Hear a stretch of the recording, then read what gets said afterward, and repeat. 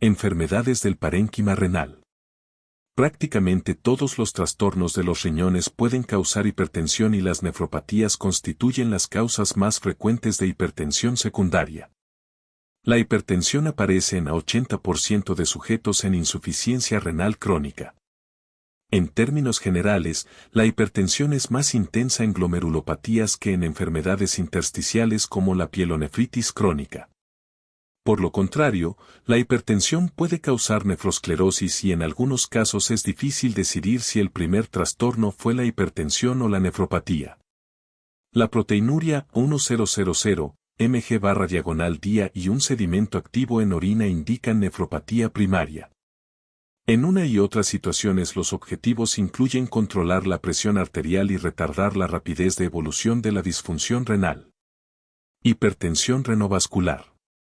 La hipertensión causada por una lesión oclusiva de una arteria renal, llamada hipertensión renovascular, es una forma potencialmente curable de la hipertensión. Dos grupos de pacientes que están en peligro de sufrir este trastorno son los ancianos arterioscleróticos que poseen alguna placa que obstruye la arteria renal, a menudo en su punto de origen, y los individuos con displasia fibromuscular. La aterosclerosis afecta a la gran mayoría de pacientes de hipertensión renovascular.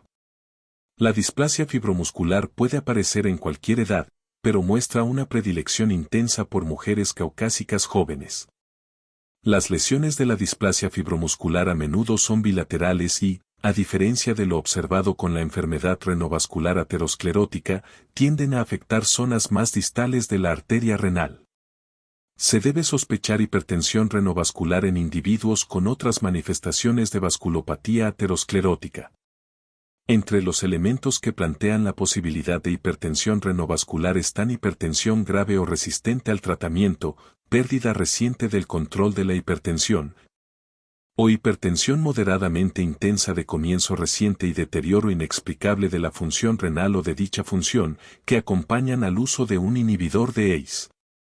En promedio, la mitad de los pacientes de hipertensión renovascular tiene un soplo en el abdomen o en el flanco y este muy probablemente asume importancia hemodinámica si se lateraliza o extiende durante toda la sístole y llega a la diástole.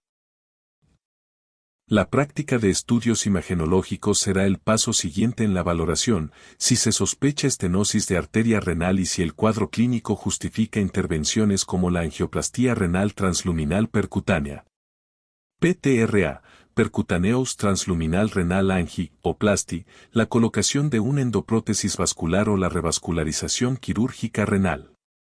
Como método de detección sistemática es posible valorar el flujo sanguíneo a través de los riñones y para ello utilizar gammagrafía con radionúclido, 131 yodo, ortoyodoipurato, OIH.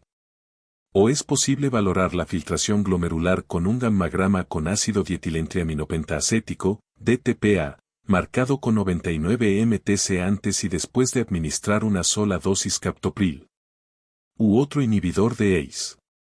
En individuos con función renal normal o casi normal, el renograma normal con captopril descarta esencialmente la estenosis de arteria renal que asuma importancia funcional. Sin embargo, su utilidad es escasa en individuos con insuficiencia renal, depuración de creatinina 20 ml/min o estenosis de arteria renal bilateral.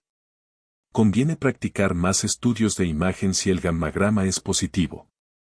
La ecografía Doppler de las arterias renales genera imágenes fiables de la velocidad de flujo por dichos vasos y brinda la oportunidad de rastrear la evolución de una lesión con el transcurso del tiempo.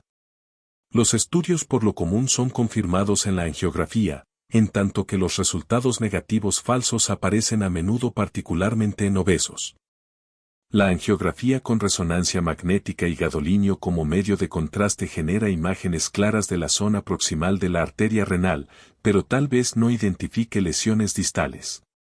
Una ventaja es la oportunidad de generar imágenes de las arterias renales con una sustancia que no es nefrotóxica. La arteriografía con medio de contraste sigue siendo el método ideal para valorar e identificar lesiones de la arteria renal. En casi la mitad de los sujetos con enfermedad aterosclerótica se observa a veces algún grado de obstrucción de la arteria renal y se conocen algunas estrategias para valorar la importancia funcional de dicha lesión y así anticipar el efecto de la reparación vascular en el control de la presión arterial y la función de los riñones. Cada estrategia tiene grados variables de sensibilidad y especificidad y un método aislado no es lo bastante fiable para corroborar una relación causal entre una lesión de la arteria renal y la hipertensión. Las lesiones funcionalmente importantes por lo común ocluyen más de 70% del diámetro interior de la arteria renal afectada.